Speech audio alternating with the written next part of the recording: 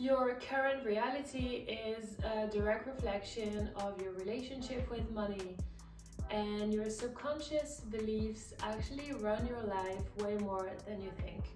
In this video, I'm going to talk about money mindset and how you can manifest more abundance in your life, how self-awareness and just knowing your beliefs is actually quite important if you want a change in terms of your financial reality. And I'm going to share my story and everything I've learned along the way about money and the things that I figured out even just a couple of days ago. So stay tuned and looking forward to sharing my story and all my insights with you. Hey, if you don't know me, my name is Lara and musically I'm Saphy, and I've started this YouTube channel to share my music as well as my wildest passion, which is personal development. At 17 years old, I moved to London from my small village in France, and for the past 3.5 years, I've been working on cruise ships as a piano bar entertainer, entertaining crowds every single night while traveling around the world and meeting amazing people.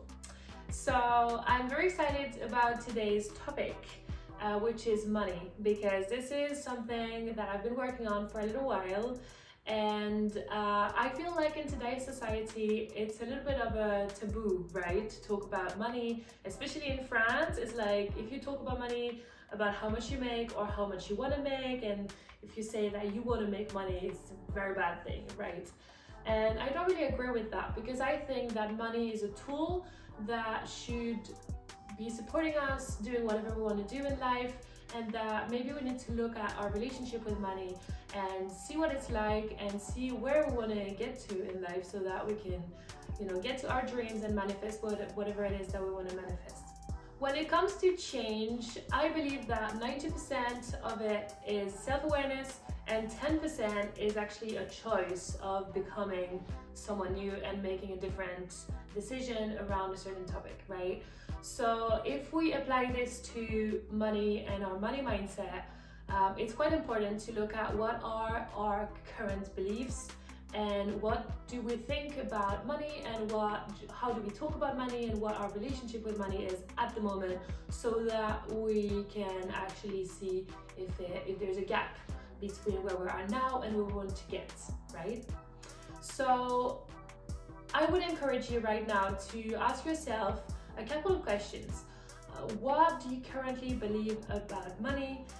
What did you hear growing up about money? Did you hear stuff like money doesn't grow on trees, or money is evil, or people who have a lot of money are bad people, or you're just never gonna get a lot of money in your life? Like, what are the beliefs that you created growing up? What did you hear from your family or from anyone around you? Was there a lack in money? Did you suffer from not having enough as a child or even as an adult? Did you ever struggle? That can really impact the way you view money today and how money actually comes into your life or how it doesn't come into your life. Because if you have a bad relationship with it, it can really affect whether it wants to hang out with you or not. So your current beliefs are impacted by your childhood experiences, what your parents said about money or the people around you, and also by your life experiences. In my case, I believed that money is very hard to get, and that I have to work jobs that I hate to get money. So I have to do stuff I hate to get money. It was very hard for me to realize that I can actually do what I love and then get money from it. Because when I was living in London, I tried to be a musician and I did lots of jobs that I hated, like door-to-door sales or being a waitress. And I was usually talked down by my managers because I couldn't speak English and maybe I was a little bit slow. And so I really struggled from the jobs that I had to do to get money. So I associated money with struggle, with doing things I hated, and money has never been something that I think would be easy for me to come into my life.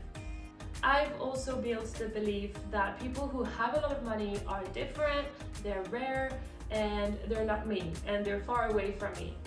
And I've recently realized how these beliefs have kept me stuck in my relationship with money, where I'm always afraid of not having enough, and I had an inner chat with money that wasn't great and that was preventing me from getting where I want to get. So that's the first thing. Take a second, pause this video, or just write down the questions. Ask yourself, what do I believe around money? What do I feel when I talk about money? How do I talk about money? And what were my parents or the people around me saying about money when I was younger? This will really allow you to be aware of what your current reality is. Now, something I've heard in the past couple of days that has completely changed the whole game for me was treat money as if it was a person.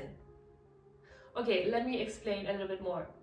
If you were in a relationship with someone who kept telling you that you're not enough, who kept getting mad at you because you're always late, because you're leaving so fast, and why are you never here when I need you, and these kind of things, would you actually want this person to be in your life? Would you want to hang out with this person? Probably the answer is no. A lot of us, our relationship with money, the way we talk to money is this. If you have an unexpected bill, for example, are you just gonna say, yay, I can actually help a local business make more money and they solve my problem and that's really cool? Or are you gonna think, that sucks, it's not fair, why'd you have to pay for this? Life is so unfair, I could have spent that money paying for something that I really enjoy.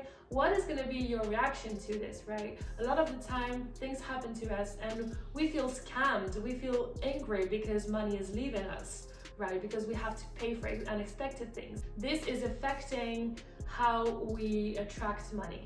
This is affecting how money wants to hang out with us. Yeah, so this is something that I really encourage you to practice in your life.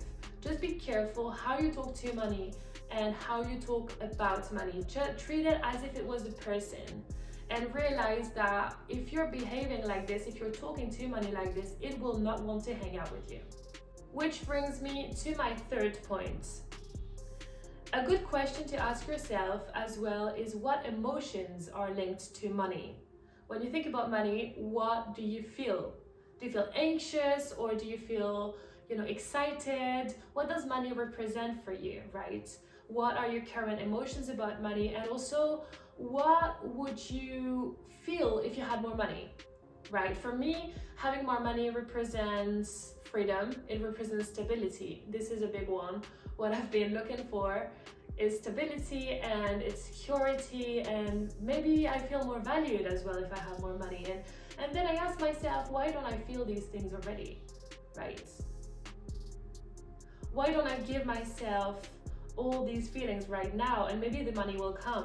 We tend to think that it's first the thing comes to us and then we can feel certain things, but it's actually the opposite. First you feel these things and then the money comes, right? Or whatever it is that you want to attract in your life. This is a little bit about the law of attraction, which I'm gonna do lots of videos about as well, because I'm very passionate about this topic. But for me, money represents stability. That's what I've been looking for, especially since I've quit working on ships. I used to make a decent living on cruise ships. I hated the job. I hated playing music every single night. I had great experiences, but I was so over it. But I was such at peace in my heart about money, because I knew I had a salary every single month and I didn't have to deal with this anxiety of not knowing how to make money that I used to have in London. So moving to France and quitting ships for me has been a massive challenge. I was thinking, how am I gonna find this peace of mind? How am I gonna find joy and happiness in my daily life, not knowing if I'm gonna get a salary at the end of the month because I don't know what to do, right? Even though I had savings, but I wasn't grateful for what I had. I was just wanting more and really searching that stability through money. And this is the biggest lesson I've just realized in the past couple of days, is we search stability, and so we think that having more money will give us the freedom or the stability or whatever feeling it is that you get through, wanting more money. But it's actually the opposite. First to get stable, and then the money will come. And it comes back to that same analogy about a relationship. If you're dating someone and they're just drinking every night, they're such a mess, and their life is not in order, would you want to be with them? No, you want someone who, is tidying up their flat, and they're keeping track of their expenses, and they have friends, and they have goals, they're ambitious. You want to come into an environment that's already prepared for you to come. Money is feeling the same. Why would it come into your life if it's a mess, right? So that's the biggest lesson I've learned recently for myself, is first create the stability. And if it means doing a job you don't really like for now, a job that's not really aligned with you, then do it. If it means hanging out with people that you don't want to hang out with, then do it as well. If it can bring you the stability to feel okay right now, do it. Money will be attracted to stability. It's not stability that will come from having money.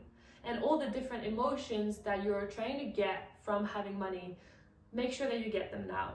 These are my main breakthroughs around money mindset, and I'm sharing everything I've learned so far, even though I could carry on forever. But I hope you got some things out of this video. Feel free to share about anything that you've been thinking of during this video, or anything about money mindset. You can find me on Instagram at Saphy Lara, and feel free to tell me as well if you have any topics in mind of what I could talk about in my videos. Thank you so much for watching. You're so appreciated here, and I can't wait to see you in the next video. Feel free to listen to my songs on SoundCloud, where I've recorded most of my demos, the songs that I've written. And on Instagram, I post as well. I share this 30 days challenge that I'm doing of posting one YouTube video a day. I've never done that before, so feel free to join on Instagram as well. And I really appreciate you for still being with me and watching until the end of the video. So thank you so much. Have a wonderful day ahead, and I'll see you tomorrow for the next video. Wow, I'm so proud of myself.